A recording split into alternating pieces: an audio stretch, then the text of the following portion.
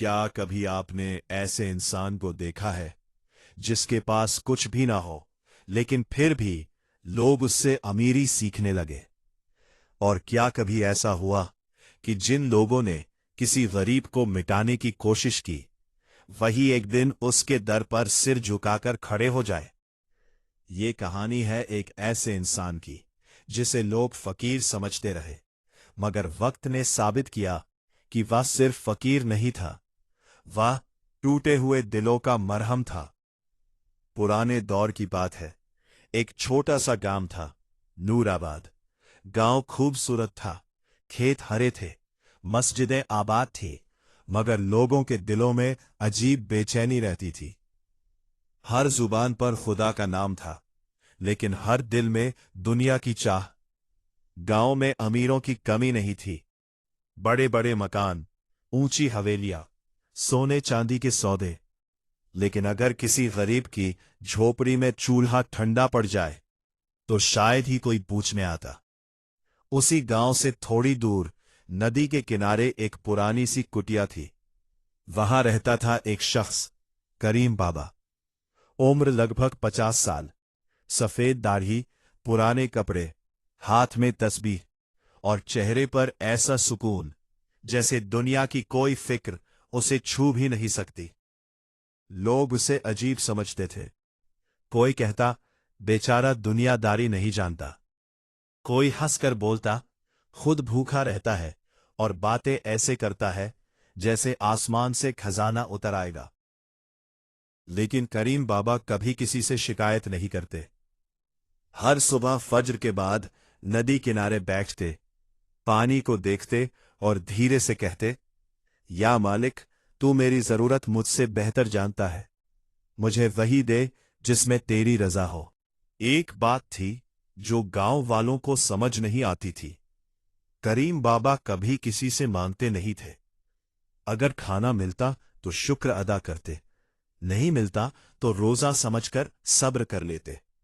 वो अक्सर कहते, जिसे रब की रहमत पर यकीन हो जाए वो इंसानों के दरवाजे कम खटखटाता है। लेकिन गांव में 3 आदमी ऐसे थे जिन्हें ये सब बिल्कुल पसंद नहीं था। उनके नाम थे तारीक, फहीम और राशिद। तीनों बहुत अमीर थे। लोग सामने इज्जत करते थे, लेकिन पीछे कहते थे कि इनकी दौलत में बरकत कम, घमंड ज्यादा है। एक दिन तीनों बैठे बातें कर रहे थे। फहीम ने गुस्से में कहा, गांव वाले इस फकीर को कुछ ज्यादा ही अहमियत देने लगे हैं। तारीक बोला, अगर अभी इसका असर नहीं रोका तो लोग हमारी इज्जत छोड़ उसके पीछे लग जाएंगे। राशिद हंस पड़ा, तो फिर क्यों ना इसकी असलियत सबको दिखा दे। तीनों ने एक चाल चली। अगली सुबह उन्होंने चुपके से एक भारी थैला करीम बाबा की झोपड़ी के बाहर रख दिया। उसमें सोने के सिक्के थे, साथ में एक चिट्ठी, ये तेरे अच्छे दिनों की शुरुआत है। तीनों थोड़ी दूर छुपकर तमाशा देखने लगे। सुबह हुई, करीम बाबा बाहर निकले। उन्होंने थैला देखा, धीरे से खोला। अंदर चमचमाते सिक्के थे। दूर खड़े तीनों मुस्कुराने लगे। अब देखना, ये भी बाकी लोगों जैसा निकलेगा। लेकिन जो हुआ उसने सबको हैरान कर दिया।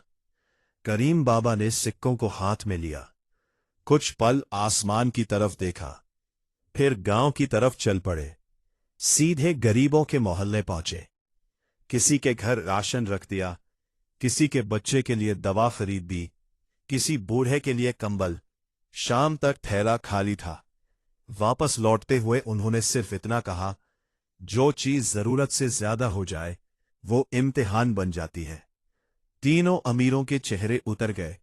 उन्हें उम्मीद थी कि ये फकीर लालच में फंस जाएगा, मगर यहां तो कहानी उल्टी हो गई।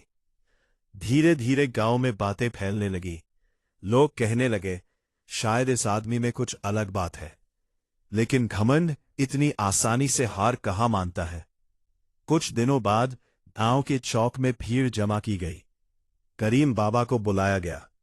राशिद ऊंची आवाज में बोला, अगर तुझे खुदा पर इतना भरोसा है तो बता, कल तेरे खाने का इंतजाम कौन करेगा। भीड़ हंसने लगी। करीम बाबा मुस्कुराए। जिसने आज तक भूखा नहीं सुलाया वही कल भी देख लेगा।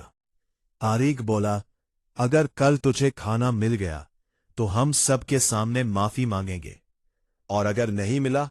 किसी ने पूछा। ला, तो इसे गांव छोड़ना होगा। करीम बाबा ने सिर झुका लिया। जो मालिक चाहे। उस रात बहुत तेज हवा चल रही थी। करीम बाबा अपनी झोपड़ी में बैठे दुआ कर रहे थे। यार अब अगर ये तेरी तरफ से इम्तिहान है तो सब्र दे, और अगर रहमत है तो ऐसी दे कि किसी का घमंड टूट जाए। उसी रात एक व्यापारी का काफिला रास्ता भटक गया। अंधेरा, जंगल और डर। उन्होंने मदद के लिए आदमी भेजा। चलते चलते वो आदमी नदी किनारे पहुंचा। वहां उसने करीम बाबा को देखा। बाबा, हमें रास्ता नहीं मिल रहा। करीम बाबा बिना सवाल किए उनके साथ चल पड़े। सुबह तक काफिले को सही रास्ता मिल गया। व्यापारी इतना खुश हुआ कि जाते जाते ढेर सारा खाना और कुछ पैसे देकर बोला, आपने हमारी जान बचाई है। करीम बाबा मुस्कुराए, मैंने नहीं, ऊपर वाले ने रास्ता दिखाया है। सुबह गांव में खबर फैल गई। करीम बाबा की झोपड़ी खाने से भर चुकी थी। तारिक, राशिद और फहीम एक दूसरे का चेहरा देखने लगे। लोग पहली बार उनकी तरफ नहीं, करीम बाबा की तरफ देख रहे थे। लेकिन कहानी यहीं खत्म नहीं हुई। कुछ दिनों बाद तीनों ने फिर साजिश की। इस बार उन्होंने करीम बाबा पर चोरी का इल्जाम लगाने की योजना बनाई। उन्हें बाजार में बैठाया गया। एक संदूक उनके पास रख दिया गया। पहले से तय था कि बाद में कहा जाएगा कि बाबा ने उसमें से पैसा निकाला है। भीड़ जमा हुई। राशिद चिल्लाया, देखो, हमने इसे भरोसा दिया और इसने चोरी कर ली। लोग हैरान, मगर करीम बाबा खामोश। उसी समय गांव के बुजुर्ग हकीम वहां पहुंचे। उन्होंने कहा, बिना देखे इल्जाम मत लगाओ। संदूक खोला गया। सबकी आंखें फटी रह गई। अंदर पैसे पहले से कहीं ज्यादा थे, और ऊपर एक कागज पड़ा था। उसमें लिखा था, जिस दिल में लालच ना हो वहां बरकत खुद चलकर आती है। सन्नाटा छा गया। तीनों अमीर कांपने लगे। करीम बाबा ने सिर्फ इतना कहा, इंसान धोखा देता है मगर मालिक इंसाफ। उस दिन पहली बार गांव वालों ने उन्हें सिर्फ फकीर नहीं, रहमत वाला इंसान माना। वक्त गुजरता गया। जो तीनों कभी उनका मजाक उड़ाते थे अब भीतर से टूटने लगे। उनकी दुकानों में नुकसान शुरू हो गया। घर में बेचैनी रहने लगी।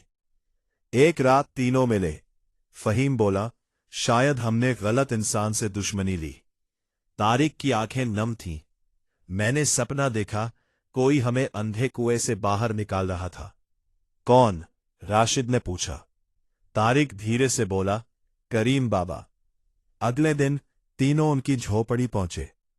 करीम बाबा पुराने कपड़े सी रहे थे। तीनों ने सिर झुका दिया। कुछ देर खामोशी रही।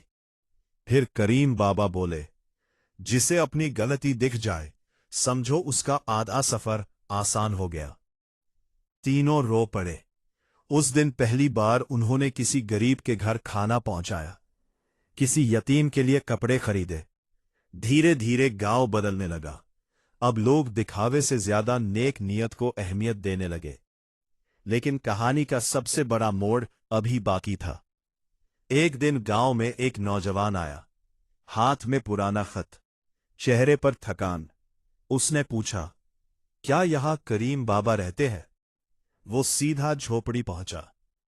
मेरे वालिद ने मरने से पहले कहा था, अगर जिंदगी में रास्ता खो जाओ तो ये खत एक नेक इंसान को देना। करीम बाबा ने खत खोला। पढ़ते ही उनकी आंखें भर आईं। उसमें लिखा था, अगर मेरा बेटा कभी भटक जाए तो उसे रास्ता दिखा देना। करीम बाबा ने नौजवान को गले लगा लिया। बेटा, कभी कभी खुदा इंसानों को लोगों के जरिए संभालता है। वक्त बीता। वो नौजवान उनके साथ रहने लगा।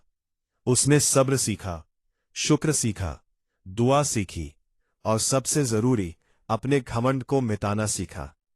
सालों बाद जब करीम बाबा इस दुनिया से रुखसत हुए तो उनकी झोपड़ी खाली नहीं हुई, वो उम्मीद की जगह बन गई। लोग वहां दुआ मांगने नहीं, खुद को बदलने की नीयत से आने लगे, क्योंकि असली करामात हाथों में नहीं होती, नीयत में होती है। और याद रखना, तकदीर उन लोगों की बदलती है जो पहले खुद को बदलने की हिम्मत रखते हैं। अगर आपको ये कहानी दिल को छू गई हो तो चैनल रहमत बाबा को जरूर सपोर्ट करें, क्योंकि यहां कहानियां सिर्फ सुनाई नहीं जाती, दिल तक पहुंचाई जाती है।